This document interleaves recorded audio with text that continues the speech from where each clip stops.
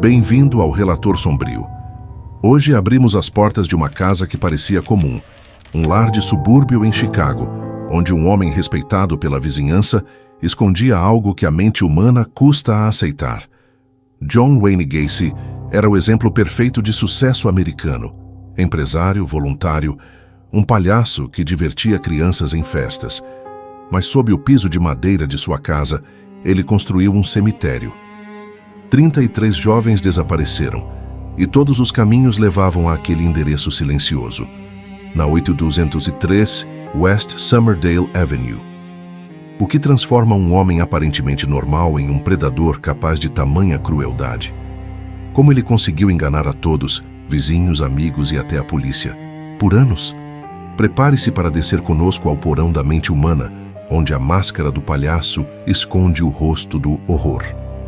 Se você gosta de análises profundas sobre crimes reais, deixe seu like, inscreva-se no canal e ative o sininho, porque esta história e o que ela revela sobre o mal está apenas começando.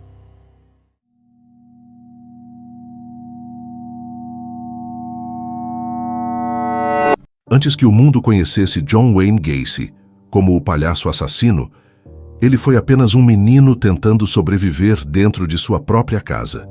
Nascido em 17 de março de 1942, em Chicago, Gacy cresceu sob o domínio de um pai alcoólatra e violento. John Gacy Sr. era um homem de temperamento explosivo, incapaz de demonstrar afeto e rápido em distribuir humilhações. Cada palavra, cada golpe, moldava um garoto que aprenderia cedo que a vulnerabilidade era um pecado. O pequeno John não se encaixava no padrão que o pai exigia. Gostava de jardinagem, de cozinhar, de ajudar a mãe nas tarefas domésticas, atividades consideradas fracas demais para um menino. Por isso, era constantemente espancado e ridicularizado. Cada insulto plantava dentro dele uma semente de ódio e vergonha que, com o tempo, germinaria em algo muito mais sombrio. A infância de Gacy foi uma sucessão de abusos e silêncios. Enquanto apanhava em casa, buscava aprovação fora dela, tentando ser o filho perfeito, o amigo prestativo, o garoto exemplar. Essa necessidade de agradar e esconder suas fragilidades se tornaria a base de sua vida dupla no futuro. Aos olhos dos outros, ele seria sempre o homem educado, generoso e confiável, o tipo de pessoa que ninguém suspeitaria. Mas dentro dele, crescia algo distorcido. A convicção de que o poder só podia ser conquistado dominando o outro, humilhando o mais fraco. Durante a adolescência, Gacy começou a travar outra guerra, a contra seus próprios desejos. Ele se sentia atraído por homens, algo que na América conservadora dos anos 1950 era visto como pecado e doença. Para o pai, seria o golpe final na vergonha familiar. O medo e a repressão sexual se misturaram ao ressentimento e à raiva, criando um ciclo de negação que moldaria sua psicopatia.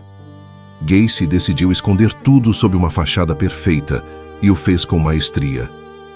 Ele se tornaria o homem que todos admiravam, o vizinho exemplar, o voluntário sempre disposto a ajudar. Mas por trás do sorriso havia uma rachadura. Ainda jovem, ele começou a trabalhar em funerárias, uma experiência que muitos biógrafos acreditam ter sido um ponto de virada. Ali, entre cadáveres, Gacy teve seu primeiro contato com a morte sem consequência. Os corpos inertes não o assustavam, fascinavam-no. Testemunhas relatam que ele chegou a dormir na sala mortuária certa noite, observando o corpo de um adolescente, imaginando como seria tocar o mistério da vida e da morte. Era o prelúdio do monstro que, anos depois, transformaria sua própria casa em um necrotério particular. Nos anos 1960, Gacy tentava se encaixar na sociedade a qualquer custo. Casou-se com Marlene Myers, teve 2 filhos e começou a ascender no mundo dos negócios. Ele era carismático, ambicioso e, acima de tudo, sabia manipular. Em Waterloo, Iowa, tornou-se gerente de 3 restaurantes da rede Kentucky Fried Chicken, símbolo de prosperidade e status na época. A comunidade o via como um exemplo de sucesso, o Coronel Gacy. Ele participava de clubes cívicos, fazia doações e ajudava jovens a encontrar emprego. Atrás dessa imagem perfeita, no entanto, estava um homem que descobrira algo ainda mais poderoso do que o dinheiro: o controle absoluto sobre a percepção dos outros. Mas sua máscara começou a rachar em 1968.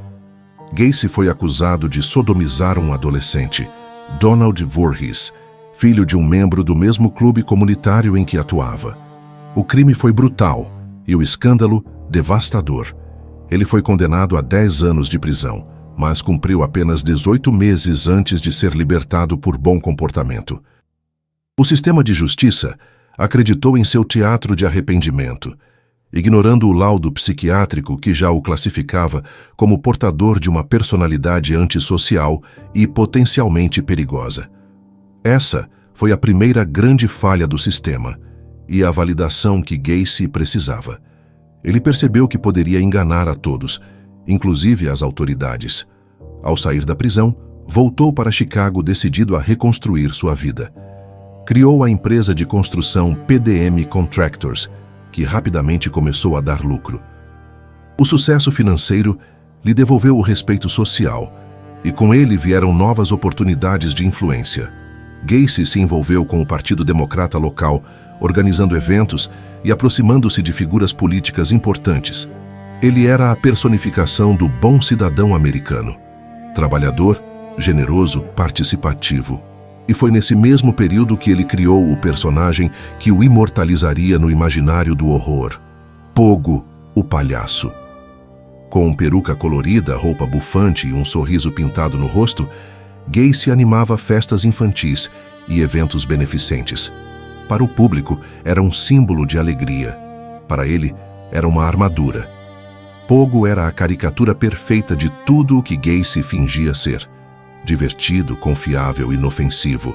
Mas enquanto fazia malabarismos para as crianças, por dentro ele ria da ironia de viver entre inocentes que jamais imaginariam o que ele era capaz de fazer quando a maquiagem saísse. Pogo não nasceu de uma fantasia, nasceu de uma necessidade: a de esconder o predador que Gacy sabia que estava prestes a emergir, a de usar o riso como cortina para o silêncio das vítimas que logo seriam enterradas sob seu chão. A partir daqui, a máscara estava completa. John Wayne Gacy tinha dinheiro, respeito e poder. O cenário perfeito para começar a matar.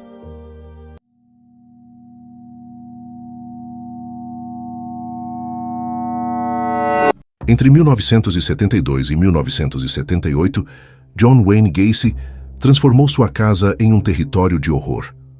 O endereço 8213 West Summerdale Avenue, no pacato bairro de Norwood Park, tornou-se o epicentro de um pesadelo que a vizinhança jamais poderia imaginar. Do lado de fora, a grama estava sempre aparada, o jardim florido, o portão limpo, uma casa americana perfeita. Mas sob o assoalho, o concreto escondia um segredo: uma câmara de morte cuidadosamente organizada, onde o controle, o prazer e a perversão se encontravam. O primeiro assassinato conhecido aconteceu em janeiro de 1972. A vítima foi Timothy McCoy, um adolescente de 16 anos que Gacy conheceu em uma rodoviária. O garoto voltava para casa após as festas de fim de ano, e Gacy o convenceu a passar a noite em sua casa, prometendo uma refeição quente e um emprego temporário. Na manhã seguinte, McCoy foi encontrado morto, esfaqueado. Gacy alegou que o matou em autodefesa, mas anos depois admitiria sentir uma estranha excitação após o crime. Disse que naquele momento percebeu que matar o fazia se sentir como Deus. O primeiro corpo foi enterrado sob o porão, e ao cobri-lo com uma camada de cal, Gacy descobriu uma nova forma de poder. Os crimes seguintes seguiram um padrão cada vez mais calculado. Gacy usava sua empresa de construção, a PDM Contractors, como isca. Jovens em busca de emprego eram convidados a trabalhar, atraídos pela promessa de dinheiro fácil. Outros eram abordados em pontos de ônibus, bares ou até mesmo nas ruas próximas de sua casa. Ele oferecia bebidas, drogas ou simplesmente uma conversa amistosa. Quando se sentiam seguros, ele os levava para a casa sempre com a mesma rotina: um jantar, uma cerveja, uma risada. Gacy sabia ser encantador quando queria. O truque das algemas era seu método preferido. Ele mostrava às vítimas um par de algemas e dizia que sabia um número de mágica, capaz de escapar delas em segundos. Convencia o jovem a colocá-las só por diversão. Quando o clique metálico se fechava, o truque acabava. "A chave está comigo", dizia Gacy, e o sorriso desaparecia do seu rosto. A partir dali começava um ritual macabro de dominação e tortura. Ele usava cordas, pedaços de madeira e às vezes uma vara improvisada como garrote. A corda era amarrada ao pescoço e apertada lentamente com um bastão, girando até o corpo parar de se mover. Gacy gostava do processo, não apenas do resultado. Prolongava o sofrimento para saborear o controle. Em alguns casos, mantinha a vítima viva por horas, testando o limite entre dor e morte. A maioria dos assassinatos ocorria em seu quarto, ao lado da cama, onde ele instalara um espelho grande. Ele gostava de observar o reflexo das vítimas enquanto elas imploravam. Era o ápice de sua psicopatia, a mistura de prazer, poder e negação. Após cada morte, Gacy bebia ou comia algo como se fosse um ato de celebração. Depois, arrastava o corpo até o porão. Ali, em um espaço estreito sob o piso, ele cavava pequenas valas, às vezes sozinho, às vezes com a ajuda de empregados que não faziam perguntas. Em certos dias, o cheiro era insuportável. Quando vizinhos reclamavam, ele dizia que era problema no encanamento. A escala dos crimes cresceu com o tempo. Em 1975, o casamento de Gacy começou a ruir. A esposa, Carol Hoff, reclamava dos odores e do comportamento estranho do marido, que passava noites inteiras no porão. Após o divórcio, em 1976, ele ficou completamente livre. Sem ninguém em casa para questioná-lo, mergulhou no abismo. Nos 2 anos seguintes, matou quase 30 pessoas, uma média de mais de uma por mês. Algumas desapareceram sem deixar rastro, outras foram vistas entrando em seu carro, o mesmo que ostentava orgulhosamente o apelido PDM. Nem todas as vítimas foram enterradas. Quando o espaço sob o piso se esgotou, Gacy começou a lançar corpos no rio Des Plaines, mas a maioria continuava sob sua casa, empilhada com precisão quase militar. Ele marcava no chão onde cada corpo estava, criando um mapa mental do seu cemitério particular. A monstruosidade era tamanha que, mesmo em meio à rotina dos crimes, Gacy continuava levando uma vida pública exemplar. Organizou festas políticas, tirou fotos ao lado de líderes comunitários e chegou a ser fotografado com Rosalynn Carter, então primeira-dama dos Estados Unidos. Ninguém imaginava que o homem de terno e sorriso fácil havia matado, torturado e enterrado dezenas de rapazes em sua própria casa. Essa dualidade era seu orgulho, o poder de viver entre as pessoas comuns invisível, como se fosse uma entidade que se alimentava da confiança alheia. Os vizinhos se lembram de um cheiro estranho que às vezes vinha do porão, de sons abafados à noite e de jovens que entravam na casa e nunca mais eram vistos. Mas em um bairro tranquilo, ninguém imaginava o que estava acontecendo. O disfarce de Gacy era perfeito. O empresário respeitado, o palhaço generoso, o vizinho educado. Ele havia criado o palco ideal para seu espetáculo de horror. Durante os últimos anos de sua sequência de crimes, Gacy parecia acreditar que jamais seria pego. Chegou a zombar de seus funcionários, dizendo que todo mundo desaparece de vez em quando. Essa arrogância, fruto de anos de impunidade, seria o início de sua queda. Em dezembro de 1978, o desaparecimento de um adolescente mudaria tudo. O nome dele era Robert Pist, um garoto de 15 anos que sonhava em juntar dinheiro para comprar seu primeiro carro. Naquela noite, após o expediente na farmácia, disse à mãe que iria conversar com um empreiteiro sobre um emprego melhor. Esse empreiteiro era John Wayne Gacy. Robert nunca mais voltou. O desaparecimento de Robert Pist foi a rachadura que deixou o monstro exposto. A família desesperada pressionou a polícia e pela primeira vez o sistema começou a olhar para Gacy sem o filtro da boa reputação. A investigação estava prestes a revelar algo que ninguém conseguiria esquecer. Se até aqui a história parece inacreditável, prepare-se. O que virá a seguir mostrará como a verdade finalmente emergiu do subsolo. Antes de seguir, aproveite para deixar seu like e se inscrever no canal. Assim você nos ajuda a continuar trazendo investigações completas sobre os casos mais sombrios da história.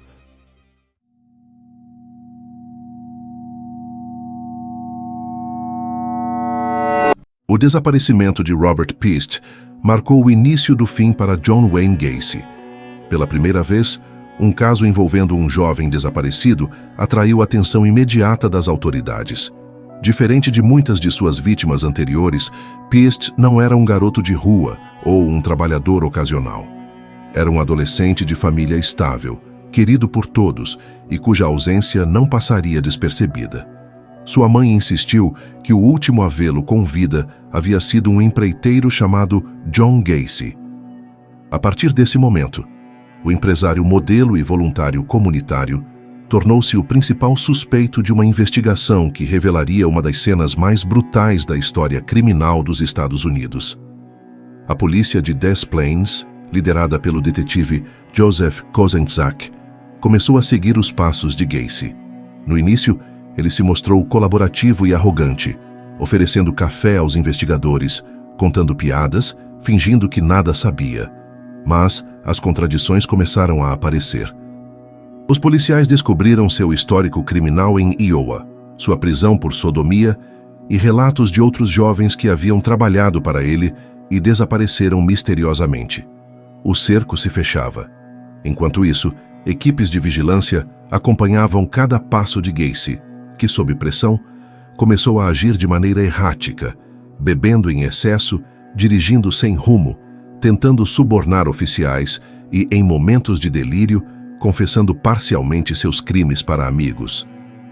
Em 13 de dezembro de 1978, a polícia obteve um mandado de busca para a casa.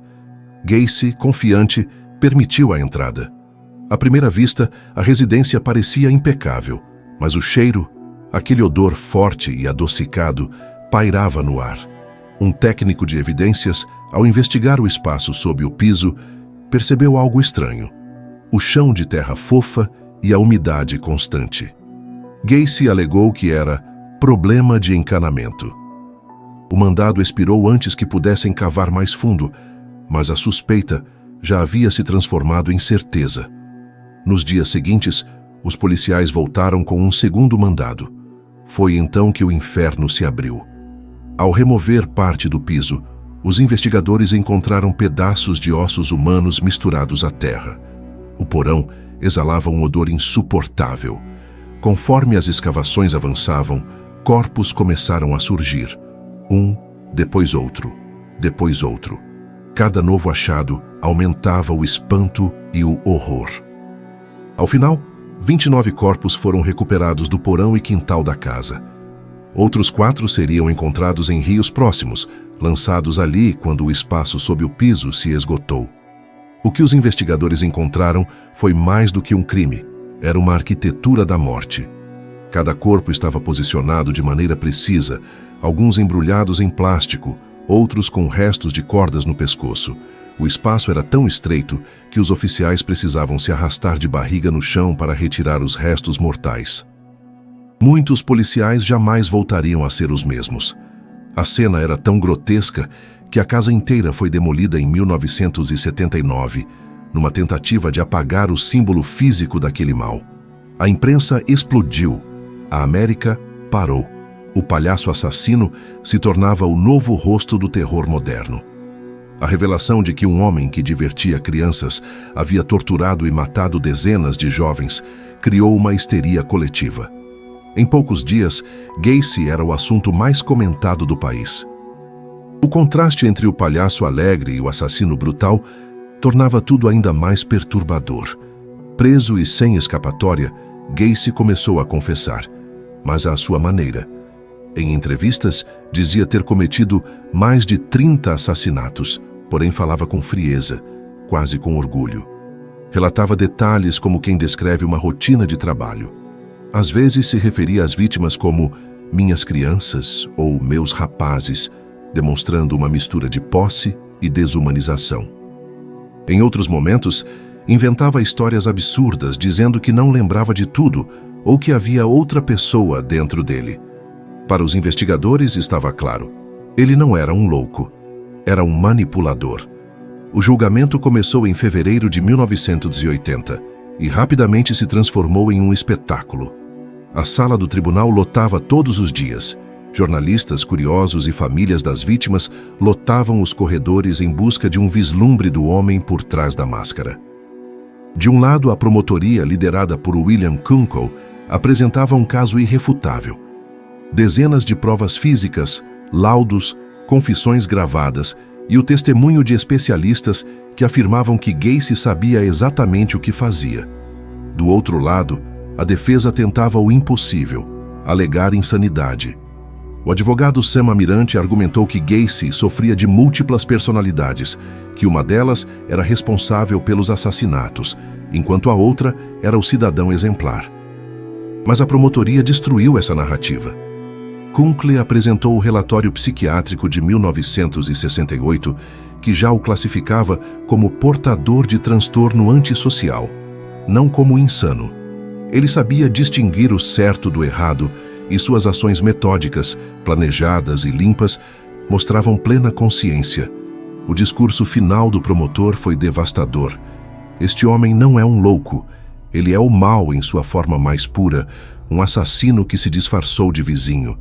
O próprio Gacy testemunhou por mais de 20 horas. Falou de sua infância, das humilhações do pai, e em seguida tentou minimizar os assassinatos, dizendo que algumas vítimas morreram por acidente. Em certos momentos ria. Em outros, zombava dos promotores. Seu comportamento frio apenas reforçou a imagem de um predador calculista. Após 6 semanas de depoimentos e um júri abalado por cada nova revelação, o veredito veio em 12 de março de 1980, culpado de 33 assassinatos. O júri deliberou por menos de 2 horas, um tempo recorde para um caso dessa magnitude. Pouco depois, o juiz Luiz Garipo anunciou a sentença: morte por injeção letal. Enquanto a sentença era lida, Gacy permaneceu imóvel, como se nada daquilo lhe dissesse respeito. Ele olhou para o promotor, esboçou um leve sorriso e disse baixinho: sou mais famoso do que vocês agora. Era o triunfo final do narcisista, saber que sua imagem viveria muito além de sua vida. A justiça, enfim, o havia alcançado. Mas o show macabro de Gacy estava longe de terminar.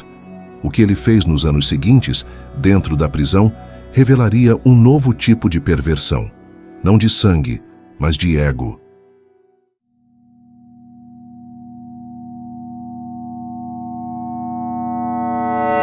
Condenado à morte em 1980, John Wayne Gacy não desapareceu da cena pública. Ele apenas mudou de palco. Dentro do Centro Correcional de Menard, no estado de Illinois, o palhaço assassino continuou desempenhando o papel que mais sabia interpretar, o de homem importante, influente, impossível de ignorar. No corredor da morte, ele construiu uma nova narrativa para si mesmo, onde não era um assassino, mas um personagem injustiçado, quase um mártir do sistema. E de maneira perversa, conseguiu transformar essa ilusão em dinheiro, atenção e poder, mesmo trancado atrás das grades. Logo após a condenação, Gacy mergulhou em estudos jurídicos, lia compulsivamente processos e códigos, preparando dezenas de recursos com a ajuda de advogados voluntários e, em muitos casos, escrevendo ele mesmo as petições. Passou a se apresentar como especialista em direito penal e chegou a orientar outros detentos sobre como recorrer de suas sentenças. Era sua forma de continuar manipulando, agora dentro da prisão. Cada apelação negada era para ele uma chance de estar novamente nos jornais, de voltar às manchetes, de provar que ainda tinha voz. Mas o que realmente o recolocou sob os holofotes foi a pintura. Com pincéis e tinta fornecidos pelo presídio, Gacy começou a criar quadros, e o tema central era sempre o mesmo: o palhaço. retratos coloridos, grotescos, autorretratos de Pogo sorrindo com um olhar vazio. Às vezes pintava cenas infantis como os Sete Anões ou o Mickey Mouse. Outras vezes, figuras religiosas ou temas patrióticos. O contraste entre a inocência das imagens e o sangue de sua história fascinava e repugnava o público. Em pouco tempo, seus quadros começaram a circular em exposições macabras e leilões clandestinos. Os colecionadores chamavam esse tipo de arte de murderabilia, objetos ligados a assassinos em série. As telas de Gacy chegaram a ser vendidas por mais de $20 mil, transformando seu nome em uma marca rentável. Ele escrevia cartas para fãs, concedia entrevistas e fazia questão de comentar as vendas, vangloriando-se do dinheiro que ainda movimentava fora da cela. O escândalo foi tamanho que, em 1985, o estado de Illinois aprovou uma lei impedindo criminosos de lucrar com seus próprios crimes. Gacy, no entanto, já havia garantido fama e fortuna simbólica. Seus quadros continuaram sendo comprados no mercado negro e, até hoje, alguns circulam em coleções privadas. Ao longo de 14 anos no corredor da morte, Gacy nunca demonstrou remorso. Pelo contrário, aperfeiçoou a arte da manipulação. Em entrevistas, alternava entre arrogância e delírio. Dizia ser inocente, afirmando que as mortes haviam sido cometidas por funcionários que tinham acesso à sua casa, enquanto ele viajava a negócios. Chegou a declarar: "Eu não matei ninguém. Sou um empresário, não um monstro." Em outro momento, afirmou que a imprensa havia fabricado um mito e que ninguém nunca provou nada. A cada declaração, reforçava o culto mórbido ao seu redor. Fãs, curiosos e até artistas buscavam entender o abismo de sua mente. Em 1983, Gacy foi atacado por outro preso, Henry Brisbane, conhecido como o assassino da autoestrada. Foi esfaqueado no braço, mas sobreviveu. Para muitos, parecia quase irônico que um homem responsável por 33 mortes escapasse tão facilmente da própria execução simbólica dentro da prisão. Ele mesmo comentou o episódio com desdém: "Não era minha hora." Os recursos legais se arrastaram por mais de uma década. A Suprema Corte de Illinois manteve a sentença, e a Suprema Corte dos Estados Unidos recusou-se a reabrir o caso. Em 1993, seu último pedido de clemência foi negado. O governador de Illinois, Jim Edgar, afirmou publicamente que nenhuma pena seria suficiente para compensar o horror dos crimes de Gacy. A data de execução foi marcada para 10 de maio de 1994. Na véspera, Gacy deu uma entrevista final à imprensa. Parecia calmo, quase satisfeito. Falou longamente sobre a justiça, criticou a polícia, insultou os promotores e mais uma vez negou tudo. Disse que sua execução era a vitória da ignorância sobre a verdade. Pediu sua última refeição, um balde de frango frito do KFC, um lembrete irônico de seu passado como empresário da rede, camarões fritos, batatas e morangos frescos. Quando questionado sobre arrependimentos, respondeu: "O único arrependimento que tenho é não ter mais tempo."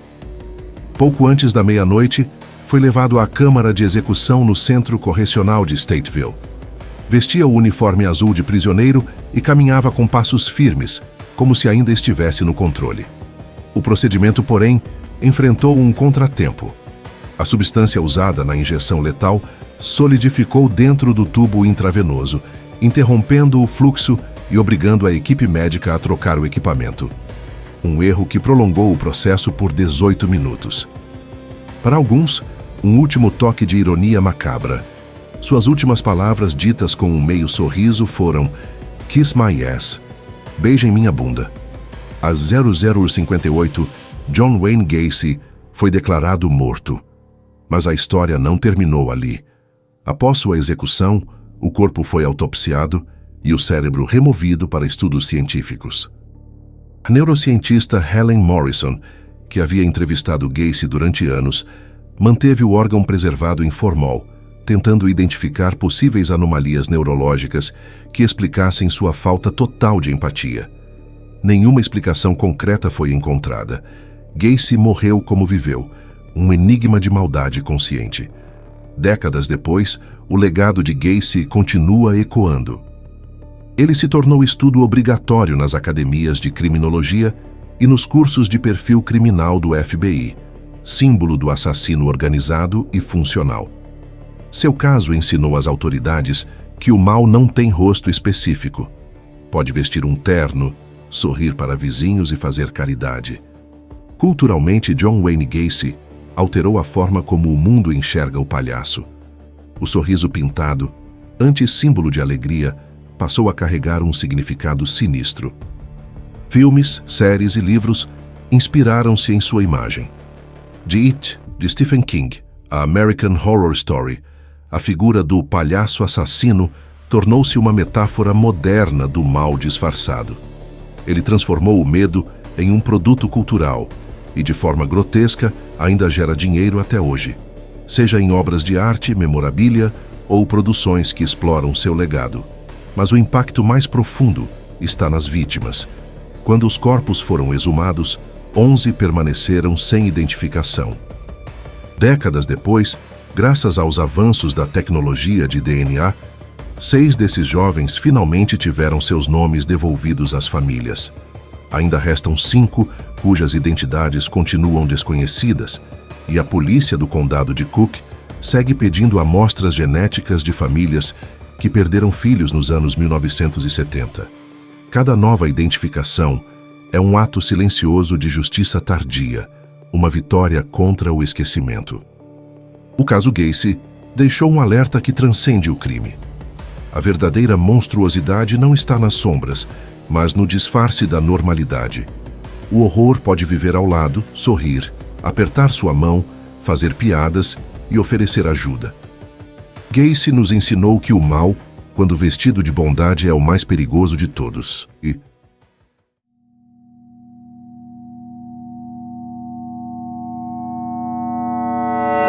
John Wayne Gacy morreu há mais de 3 décadas, mas o eco de seus crimes ainda ressoa como um lembrete incômodo.